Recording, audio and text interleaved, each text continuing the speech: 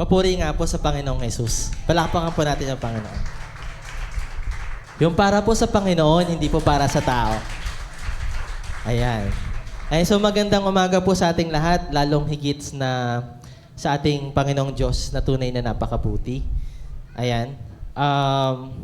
Especially doon sa mga inawit nating mga kanta, ipapakita doon na kung gaano katapat yung pag-ibig ng Diyos para sa atin. Okay, so I hope na tunay nating naranasan yung katapatan niya. Naranasan na po ba natin yung katapatan ng Panginoon? Amen. Okay, so, ayan. Ayan. Actually, nilagay ko talaga yung itong tema natin pang isang taon bilang paumpisa. Okay, so, this week, ito na yung ating ikatlong linggo ng January ng bagong taon, which is 2025. So, ang tema po natin ngayong 2025 ng JCOD ay, sige nga po, basahin nga po natin ang sabay-sabay. Ready? Go. Okay. Panahon ng pagkilala kay Jesus. Ayan. Paano po ba natin makikilala ang Diyos o ang Panginoong Jesus? Or sino po ba sa inyo ang nagnanais makakilala or makilala pa ang Panginoong Jesus? Okay. Ngayon, so, i-flash nga po natin yung ating verse, which is yung John chapter 14, verse 21. Okay. So, sa verse po na ito, na nandyan, na tema ng ating 2025, makikita po natin dito yung kaparaanan kung paano po natin makikilala ang Panginoong Jesus. Okay. Sabi po dyan, ang tumatanggap sa mga utos ko at tumutupad sa mga ito, ang siyang umiibig sa akin.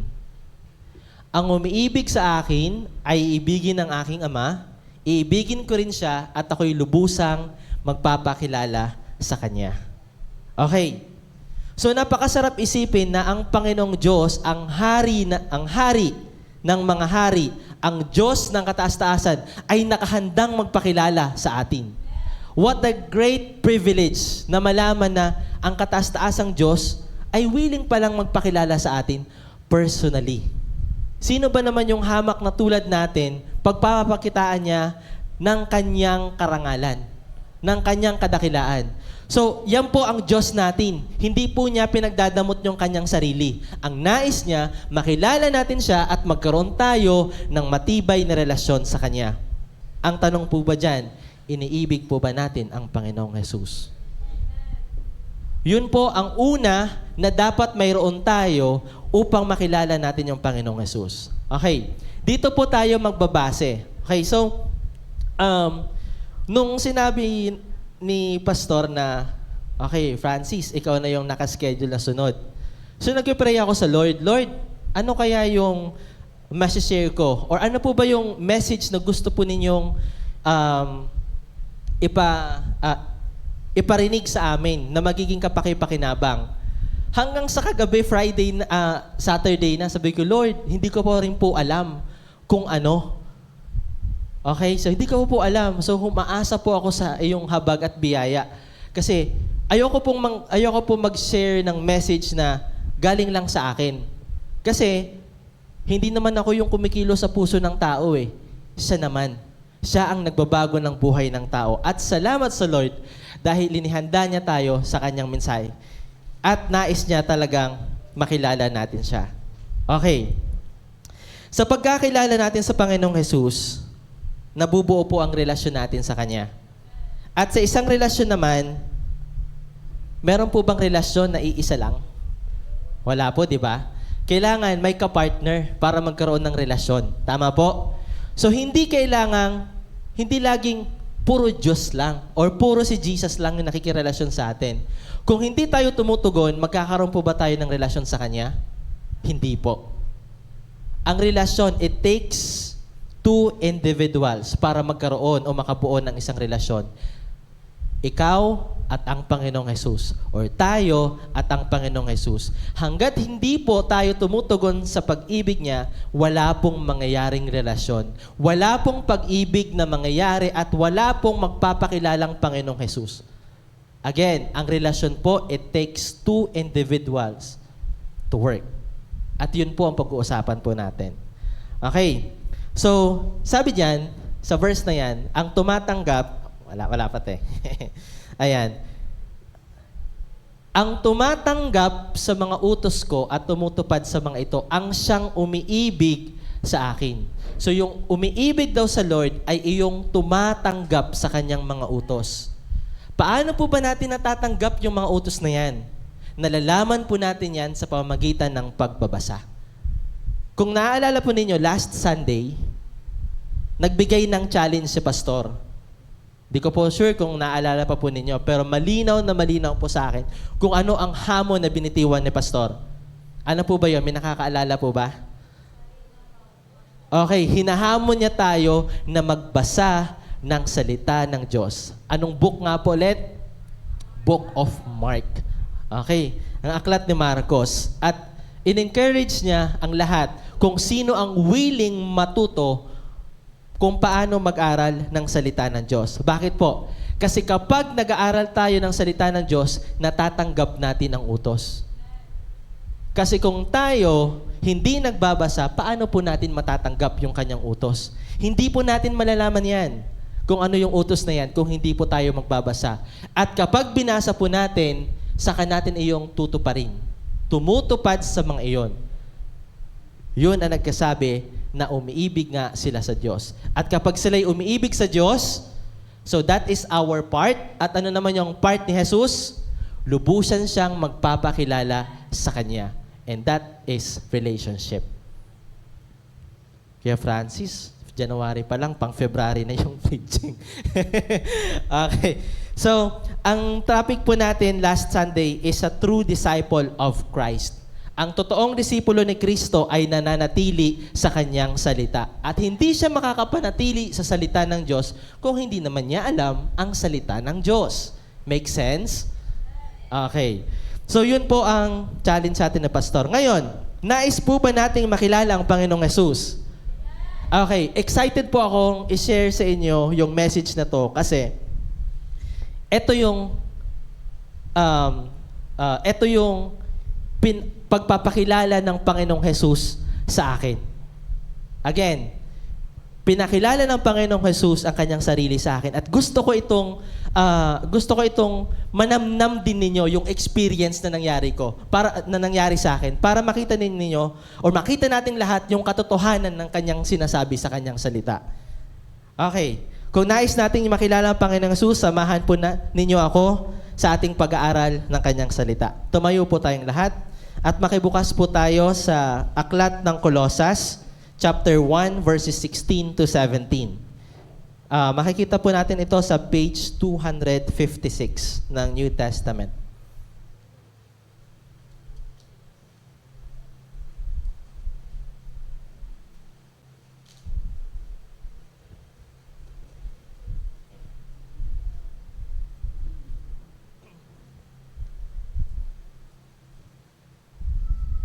Colosas chapter 1, verses 16 to 17.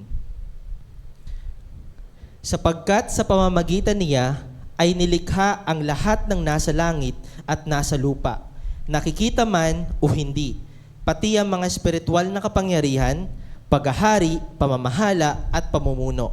Ang lahat ay nilikha ng Diyos sa pamamagitan niya at para sa Kanya. Siya ang una sa lahat at ang buong sansinukob ay nananatiling nasa kaayusan sa pamamagitan niya. Manalangin tayo. Aming Diyos amang nasa langit, kami Panginoon ay lumalapit sa iyo. Kinikilala namin, O Diyos, ang iyong kadakilaan na walang papantay sa iyo, Panginoon. Kaya, O Diyos, sa oras na ito, ninanais po namin, Panginoon, ang iyong pagsama, lalong higit ng iyong banal na Espiritu Santo na nagbibigay sa amin ng karunungan, ang nagbibigay sa amin ng pangunawa ng mga hiwaga na iyong nakahandang ibigay para sa amin. Lord, nakikita po ninyo ang nilalaman ng aming mga puso. Nakikita po ninyo kung sino sa amin ang nananabik na makilala ka. Lord, ipakita mo, Panginoon, ang katotohanan ng iyong salita na ikaw ay nakahandang magpakilala sa sino mang nagnanais sumunod. Lord, kayo na pong bahala, Panginoon. Tulungan at samahan niyo rin po, Panginoon, ang iyong lingkod na mahayag ang salitang nais mo, Panginoong pagsalusaluhan namin sa oras na ito. Ito po ang aming dalangin sa pangalan ni Jesus. Amen. Maaari na po tayong maupo. Ayan. So, pag-uusapan po natin is Jesus, the Creator and Sustainer. Okay. Ulitin ko po yung sinabi ko kanina. Malalaman po natin ang utos ng Diyos kung tayo po ay magbabasa. At kapag nalaman natin ang utos ng Diyos, yun naman po yung ating susundin. At kapag sinunod naman natin yung utos na yon, pinapakita natin yung pag-ibig natin sa Kanya at sa gayoy nagpapakilala ang Panginoong Yesus. Nai-gets po yung yung sequence po ng mga pangyayari. Okay, ulitin ko po. Una, magbabasa at kapag nakapagbasa, malalaman po natin yung utos at kapag nalaman natin yung utos, maaari natin iyong sundin. At kapag sinunod natin yung utos, nagpapakita yon ng ating pag-ibig sa Kanya at sa gayoy, ang Diyos, ang Panginoong Jesus na ating pinaglilingkuran ay siyang magpapakilala sa atin. Yun po yung ating pag-aaralan. Okay? So etong verse na to, Colossians chapter 1 verses 16 to 17. Ito po yung salita. Okay? Ito po yung salita na ating pag-aaralan. Napag-aaralan ko na po ito. Salamat sa mensahe na bigay ng Diyos. At nais ko po ito sa inyong i-share kung gaano katotoo yung salita niya. Okay. Ngayon, maiksi lang yung preaching na to, message na to. So, namnamin po natin yung bawat bahagi. So, meron lang po itong 2 bahagi. So, very basic lang po no? Okay. 2 part ng ating pag-uusapan ay Jesus, the Creator. So, yun po yung una. At ang ikalawa, Jesus, the Sustainer. Ayan. So, dumako po tayo dun sa una. Jesus, the Creator. Ayan.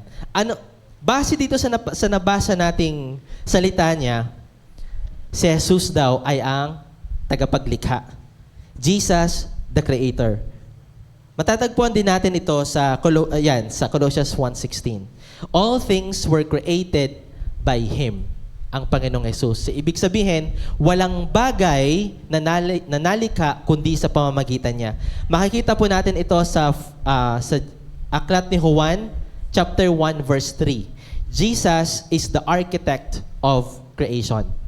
So wala pong nalikha. Ayan, makibukas nga po tayo sa John 1, verse 3.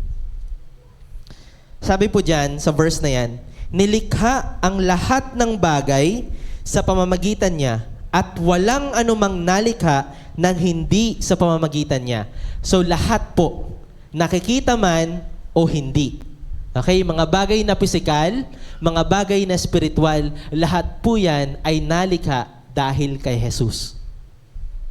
So wala pong bagay na nalikha nang hindi sa pamamagitan niya. And that is a basic truth being revealed.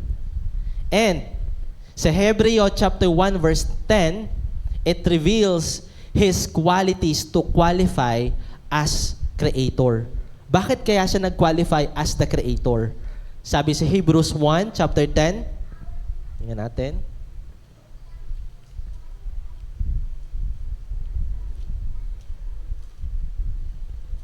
Hebrews 1 verse 10,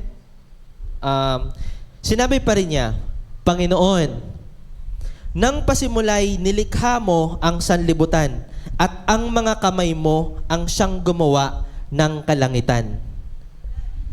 Panginoon, nang pasimulay nilikha mo ang sanlibutan at ang mga kamay mo ang siyang gumawa ng kalangitan. Ayan. So, He is the architect of creation. And creation reveals His glory. Lately, medyo uso na yung mga yung mga overlooking. Siguro lahat tayo nakapunta sa mga overlooking na at nagkakape. Yun yung yun yung parang ang trend na cravings ngayon. Punta tayo dito, maganda yung view. Bakit po kaya natin na-enjoy yung mga ganong view? It's because yung beauty na nakikita natin ng creation reflects how great its creator. And that is Jesus. Ayan. Makikita po natin iyon sa Romans chapter 1 verses 19 to 20. Okay, basahin ko po. Roma chapter 1 verse 19 to 20.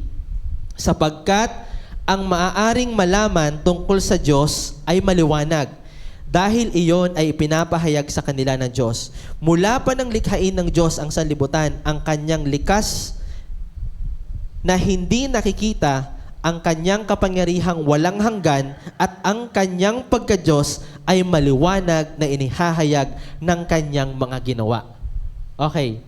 As a fan of astronomy, sobra ako na-fascinate kung paano umiikot yung buwan, nagkakaroon ng eclipse, nagkakaroon ng alignment yung mga planets na kesyo may mangyayaring ganito. Okay? So maraming interpretasyon. Pero the fact na hindi nagbubungguan yung mga planeta is napakalaking wisdom na ang makikita natin.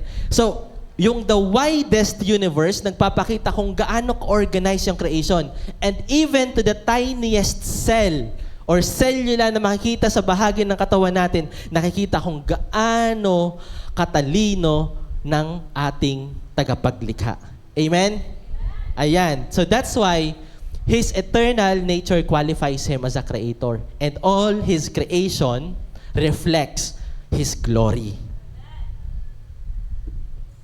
Next.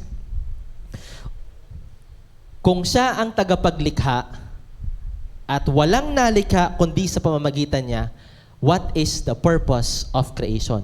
Bakit po ba nalikha? Dito natin malalaman that all things were created for Him. Ulitin ko po, lahat ay nalikha para sa Kanya. Nilikha sa pamamagitan niya at para sa Kanya. So, He is the heir of all things. Hebrews 1 verse 2. Basahin ko po.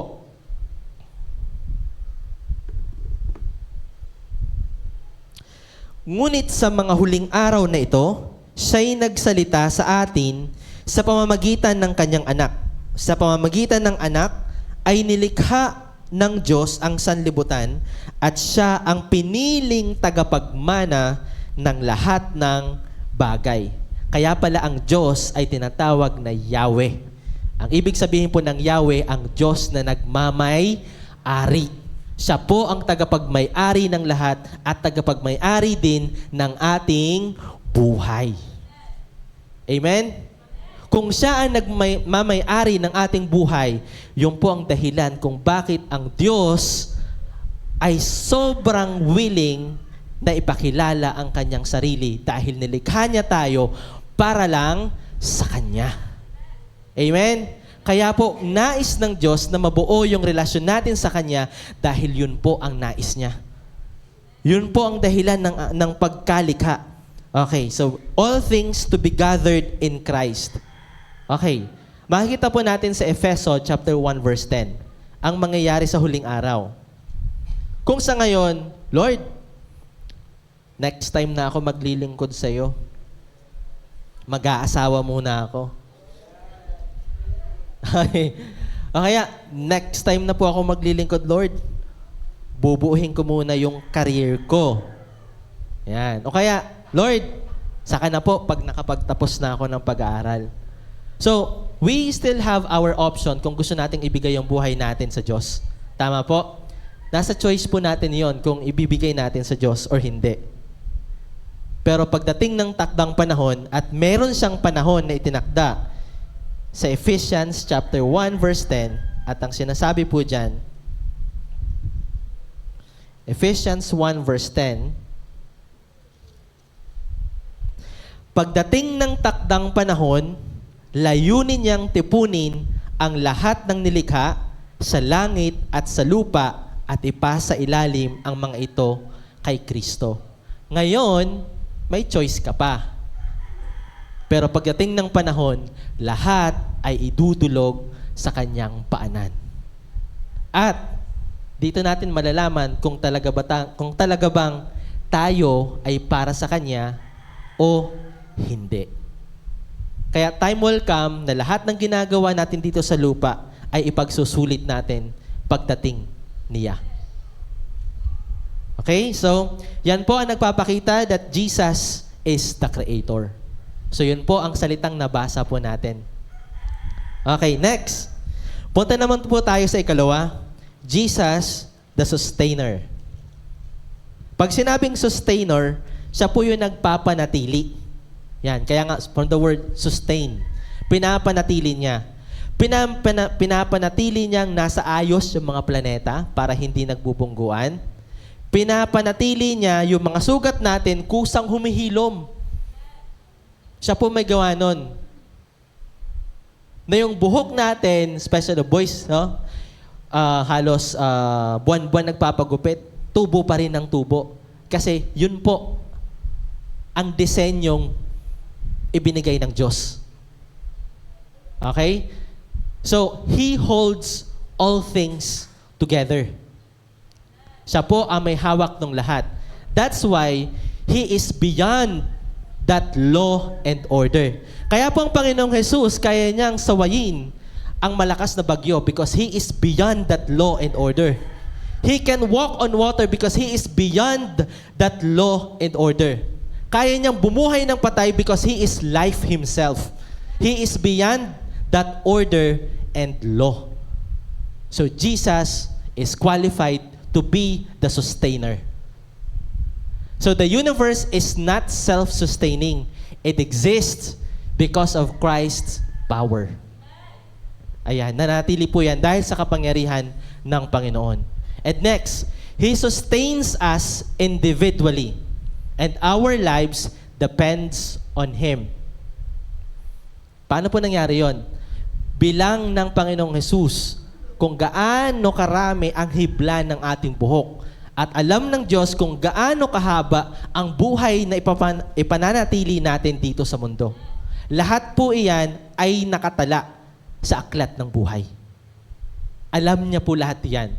So, He alone can sustain us individually. So, tingnan po natin sa aklat ng Gawa, chapter 17, 28. Gawa 17:28. Gawa.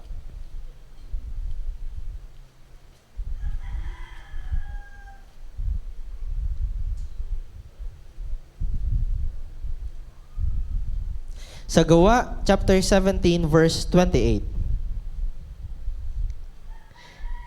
Sapagkat nakasalalay sa Kanya ang ating buhay, pagkilos, at pagkatao. Ayan. Yan po yun. And through Him, we are part of God's divine plan. Ayan. Gusto ko tong verse na to eh. Sa Proverbs 8:22. Ate Angelo, pwede po nating buksan. Kawikaan 8:22.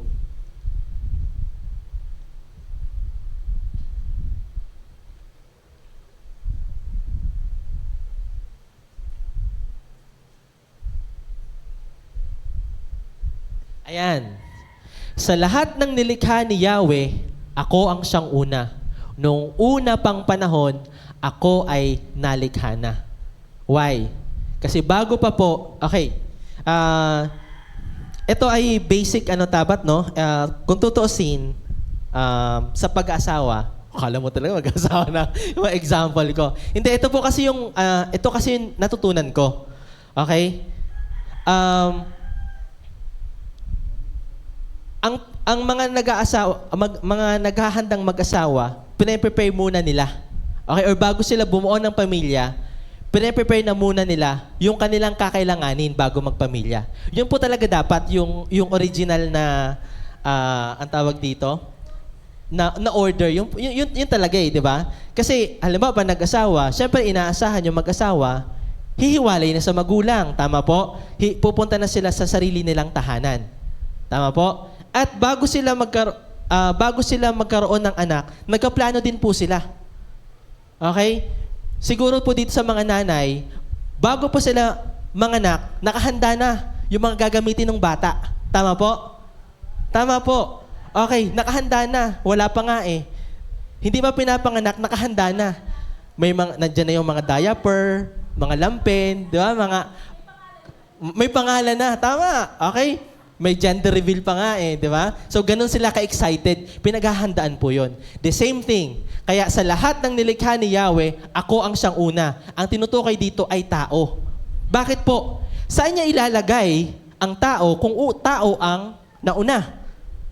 E di palutang-lutang tayo sa sa ere. Di ba po? Okay. Kung mapapansin po ninyo, huli po sa nalikha ang tao, pero hindi ibig sabihin last siya. Siya yung unang iniisip ng Diyos. Bakit? Bago niya nilikha ang tao, sinigurado na ng Diyos na meron na siyang tirahan. Sinigurado na ng Diyos na meron ng mga puno, bungang kahoy na maaari niyang kainin. Everything was established bago pa nilikha ang tao. Pinaghahandaan. Okay? So yun po ibig sabihin nito. So He alone can sustain. Next. Ayan. So ito po yung kanyang plano, no? So through Him, we are part of God's divine plan. Yun po yung plan niya. Okay. Punta na tayo doon sa ating sa application part, no? Ulitin ko po. Malalaman natin yung utos sa pamamagitan ng pagbabasa. Nung nagbasa tayo, eto yung nalaman natin. Okay? He is our creator and sustainer. Basic po, no? Basic lang naman tandaan po, no? Kasi nabasa po natin, napag-aralan natin. Pero it doesn't stop there. Hindi po yun humihinto doon. Ano pa ba yung sunod? Sa patapos mong malaman ng utos, ano dapat yung sunod? Tumutupad sa utos. Okay, and that goes the second part. Ano pa yung second? Ayan. Yung pagsunod,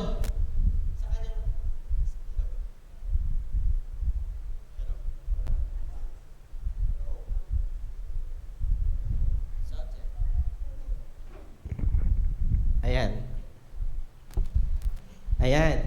So yung second part ay ang pagsunod. Ayan. Or tumutupad. Sorry po. Ayan. Yung second part, after nating malaman, okay, bakit po knowing Jesus? Kasi yun po yung pinaka-topic po natin, yung pinaka-tema po natin. Pagkilala kay Jesus. May humaharang talaga sa mensahe, oh. Okay. So, bakit po? Kasi excited po talaga ako sa inyong i-share. Kasi, eto, natuklasan ko mismo kung gaano katotoo na nagpapakilala ang Panginoong Jesus. Totoo po. Kaya, nilagay ko dyan, knowing Jesus, kasi kung paano niya pinakilala yung sarili niya sa akin, habang inaaral ko yung utos na to. Okay? Okay. Habang nalalaman natin, ito yun, nalaman. Alam na natin, He is our creator and sustainer. Next, tutuparin naman. Kapag tinutupad yung utos, yun ang magpapakilala na tayo ay umiibig sa Kanya.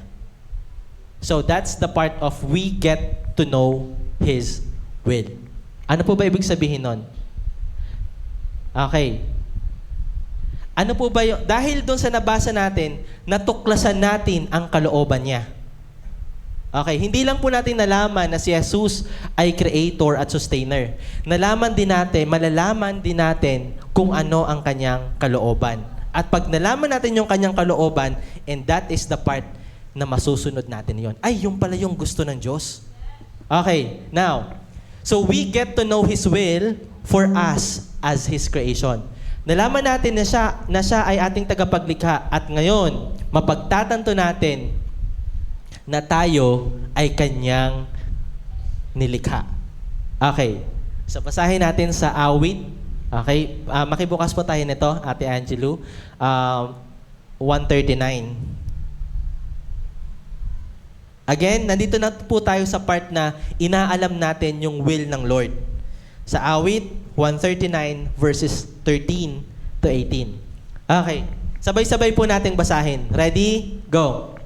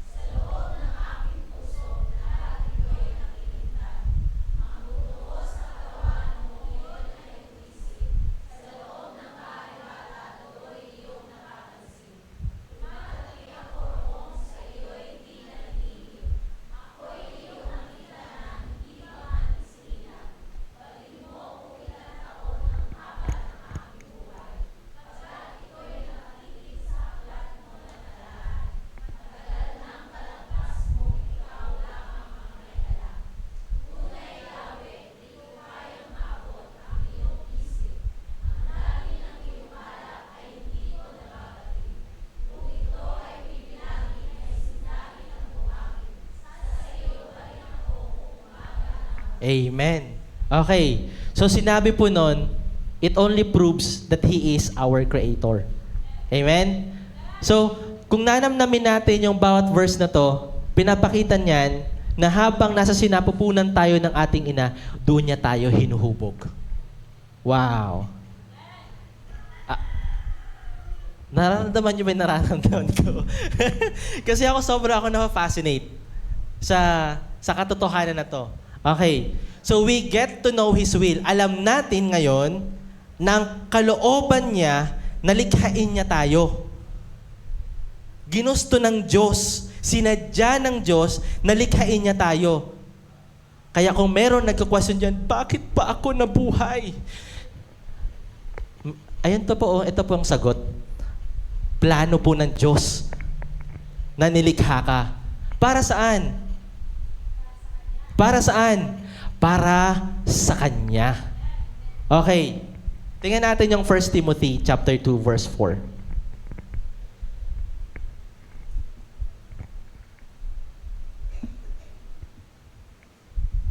So ito ay para sa lahat ng tao. 1 Timothy, ayan. Ibig niyang ang lahat ng tao ay maligtas at makaalam ng katotohanan ito. Bakit po lahat? Kasi po, lahat tayo ay nilikha ni Jesus. At ang lahat ng nilikha ni Jesus ay para sa Kanya. Kaya yung iba, kaya minsan hindi ko mawari doon sa mga ibang ateista, no? Sinasabi nila that ang Diyos daw is a cruel God. Kasi nagpumupuksa siya ng tao. Cruel daw yung God. But it reveals here kung gaano kalaki ng habag ng Diyos sa tao. At nais niya ang lahat ay maligtas. Lahat po, lahat. Kaya si Jesus ay naparito para sa lahat. Kasi nais niya po maligtas. Kaya lang po ang sinasabi ko nga, the relationship takes two individuals to work. And that's the God's part. Mahal niya tayo. At kung ano ang tugon natin, yun ang magsasabi kung magkakaroon tayo ng relasyon sa Kanya or hindi. Okay, next. Ezekiel 18:23. Tingnan natin. Ezekiel 18:23. Hindi ko ikinasisiya ang kamatayan ng masama. Sabi pa ni Yahweh, ang ibig ko nga, siya'y magsisi at magbagong buhay. So hindi po kailanman natutuwa ang Diyos na pumuksa ng taong masama. Kasi ang nais niya nga, maligtas ang lahat. Kaya po, tunay ang pag-ibig ng Diyos para sa atin. Kasi kahit gaano kasutil tayo, parusahan man tayo, pikit mata niya po yung ginagawa. Amen? Okay. Next. Knowing Jesus. Tingnan natin yan. Anong sunod? Alam na natin ngayon ang isang katotohanan na nabasa natin. He is Creator. He is our Sustainer. At nalaman natin yung Kanyang kalooban kung bakit niya tayo nalikha at kung bakit niya tayo sinusustain. Okay, next. Tingnan natin. Ano yung next part? Kapag ginawa natin yung part natin, magpapakilala ang Diyos. So, Jesus building relationship with us. Kapag yung will ng Lord ay ginawa nating or inangkin natin yung will ng Lord. Okay? Nakakasunod po ba tayo? Okay, so next. We abide in His words. So nalaman natin na tayo nilikha ng Diyos, anong action na pwede natin gawin yon? So we will not destroy our body. Tama po? Kasi it is a precious creation, tinubos ng dugo ni Kristo. Bakit natin wawasakin? Amen? So yun po, dahil nalaman natin yung will ng Lord, nagtumutugon tayo nun sa pamagitan ng pag-abide sa Kanya. Kaya tayo nagkakaroon ng guilt. Kapag kapag gumagawa tayo ng hindi maganda sa ating katawan. Bakit? Kasi yung salita na ating napag-aralan, na tanim sa atin, na tayo ay creation ng Lord, na Kanyang pinapahalagahan ng sobra. Tapos, wawasakin natin. So, nagkakaroon tayo ng guilt. And that is the work of Jesus building relationship with us. Nag-a-abide. Kumbaga, nagkakaroon tayo ng sense sa ating sarili na manatili doon sa sinasabi niya. Make sense po? Okay, next. Tingnan natin yung sunod. Okay. We were made as new creations. Sabi yan sa 2 Korinto 5:17.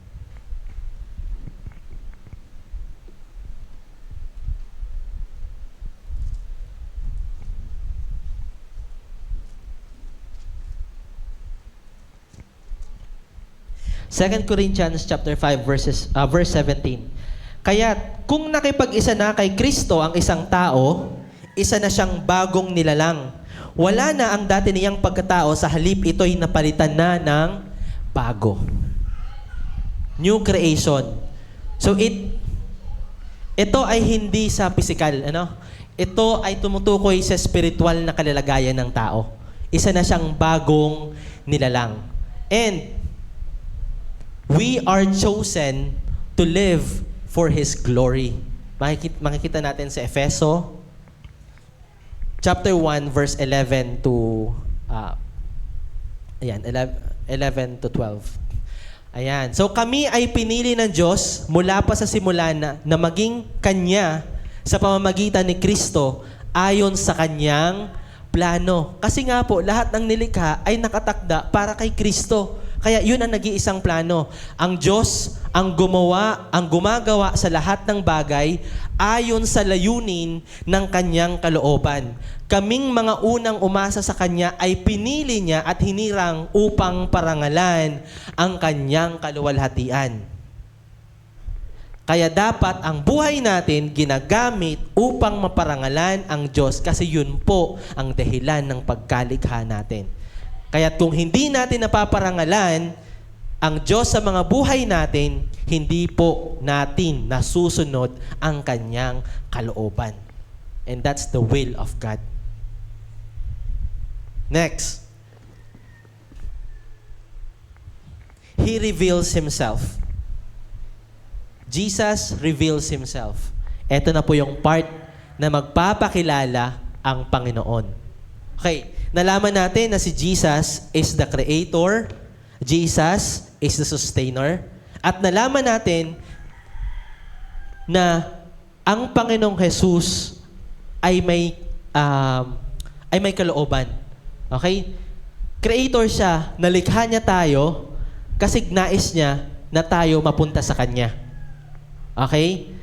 At kapag ginagawa natin yung kalooban niya at nananatili tayo sa Kanyang salita, magpapakilala ang Panginoong Jesus. So, yun po yun. So, we were given the Holy Spirit. So, ituloy lang natin yung verse kanina, 13 to 14.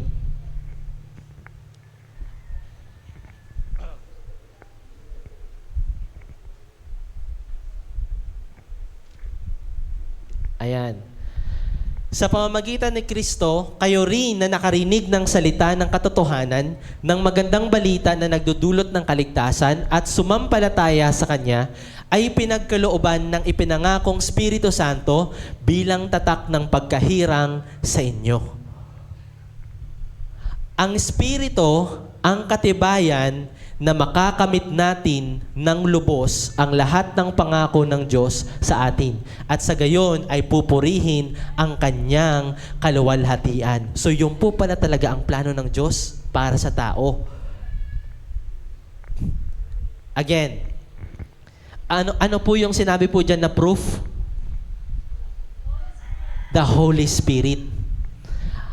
Ang Spirito, ang tanda na sila'y hinirang. Iyon ang katibayan na makakamit natin ang mga pangako ng Diyos. And, let us see. So, we will be sustained until His purpose is fulfilled. Philippians 1:6. Okay, maganda ito. Philippians 1:6.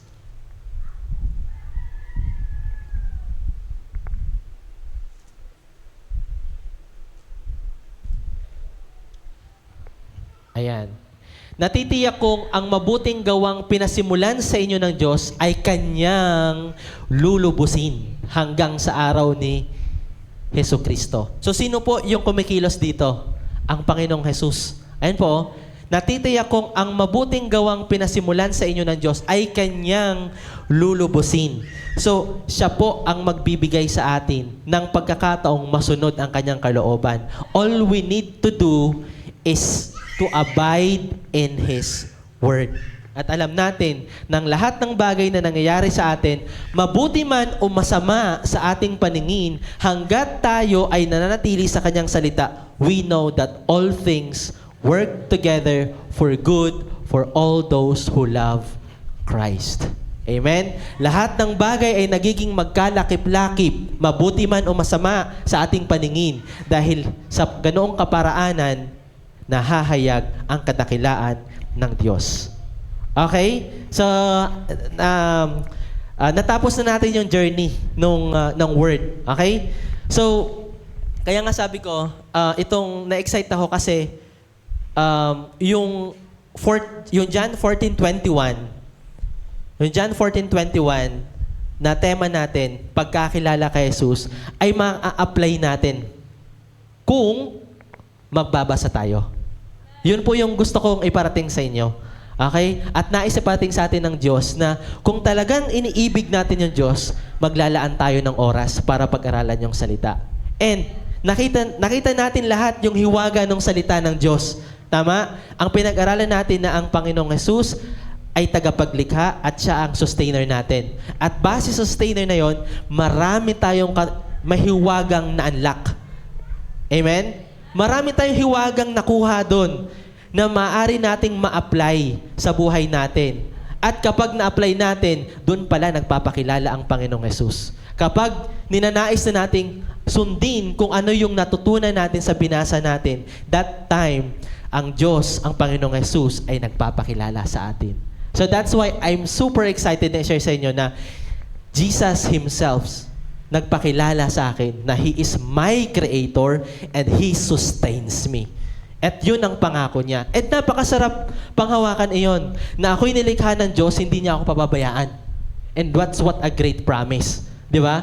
Kung ako'y dumaan sa pagsubok, masama man sa paningin ng lahat, masama man sa paningin ko, hindi ako magtatanim ng sama ng loob sa Diyos. Because I know that God's will is for me to be with Him. Nilikha niya ako para sa Kanya. Kung ano mang dinaranas ko to, bahagi lang to ng plano niya kasi ang nais niya, nilikha niya ako para sa Kanya. Hindi niya ako hayaang mapuksa. Amen? Kung ang Panginoong Hesus na Kanyang kaisa-isang anak na pinakamamahal ay hindi niya pinagdamot, anong bagay ay hindi niya kayang ibigay sa atin? Amen? At nangyayari po iyon kapag ang salitang binasa natin ay tumitimo sa puso natin. Kaya I encourage and I challenge everyone na maglaan ng oras sa pagbabasa ng salita ng Diyos. Dahil pag nagbasa tayo ng salita ng Diyos, nalalaman natin yung Kanyang kalooban. And I've been Christian for 12 years. Bahagi na to. Okay, 12 years na. So bahagi na to na pagdaanan ko na yung mag-devotion ng sobrang taimtim, na naranasan ko na mag-devotion ng putyo-putyo, naranasan ko na mag-devotion tapos ng gabi, tapos kinabukasan na yung amen. Ano po yun? So, iba't iba pong experiences. Okay? Iba't iba pong experiences yung mangyayari sa atin. Maaring sa atin, sobrang busy sa buhay. Pagdating ng gabi, pagod na. Pag nagbabasa, wala nang na-absorb kasi yung katawan gusto namang magpahinga. Okay? Ito po ay mga normal kasi ang katawan natin may limitasyon. Amen? May limitasyon. Pero, if we prioritize before tayo mag-umpisa ng araw natin at inalam na muna natin yung kalooban ng Diyos, malalaman natin na ang Diyos pala ay buhay na kumikilos. And I experience it. Na sa umaga pa lang, talagang hinanap ko ang kunong kalooban ng Diyos and tinarget ko siya for the entire day na maganap yung kalooban ng Diyos. Alam niyo po ba kung ano nangyari? Kapag patapos na yung araw ko, hindi mapinta yung ngiti sa labi. Kasi grabe yung provision. Mararamdaman mo na that the Lord provided for you for the entire day. Malalaman mo na kasama natin ang Diyos sa buong araw na na-spend ko. And that is Jesus revealing Himself doon sa mga nagnanais makakilala sa Kanya. Gusto po ba natin makilala yung Panginoong Jesus? Amen. Ang Diyos, siya mismo ang nagkasabi, nakahanda po siya. Anytime, nakahanda po siyang makilala. Makilala natin siya. Pero, tayo po ang unang hahakbang. Kung nais po natin makilala, mag-aaral tayo ng salita ng Diyos. Tumayo po tayong lahat.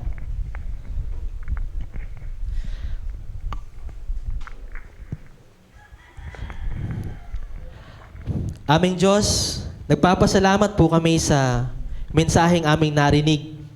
Salamat, Panginoon, sa katotohanan ng iyong salita na hindi mo ipinagkakait o hindi mo inililihim ang iyong sarili. Sa pagbagkos, ipinapakilala mo ang iyong sarili sa sino mang nagnanais. Lord, narinig na po namin, Panginoon, yung mga bagay na dapat po namin gawin. Huwag niyo pong hayaan na nakawin ito ng kaaway. Huwag niyo pong hayaan, Panginoon, na wala po kaming gawin. Huwag niyo pong hayaan, Panginoon, na manatili lang ito sa aming mga tenga, Panginoon.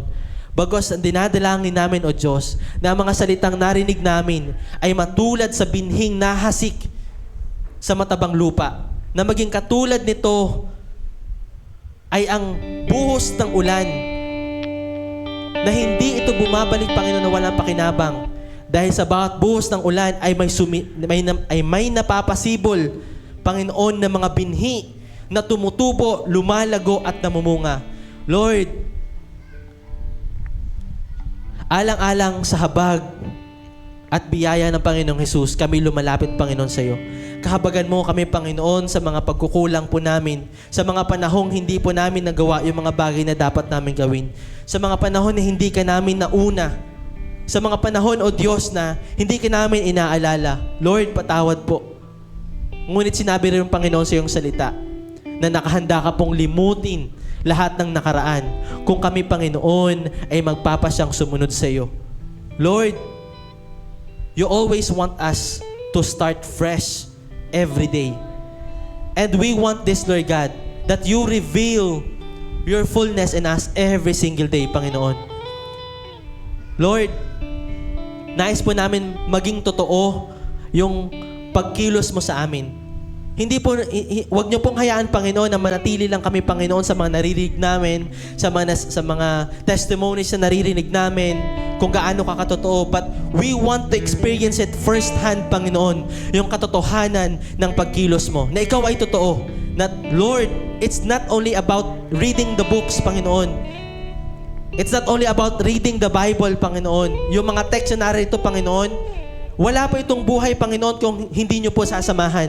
Kaya we pray for your Holy Spirit, Lord God, na sa panahon kami maglalaan ng oras, ng panahon sa pag-aaral na iyong salita, samahan niyo po kami, Panginoon, ng iyong banal na Espiritu Santo. At ipahayag niyo po sa amin, Panginoon, ang hiwaga, Panginoon, ng iyong kadakilaan. And Lord, ito po, Panginoon, ang isinasamo po namin sa pangalan ng Panginoong Jesus. Amen and amen. Palakpakan po natin yung Panginoon.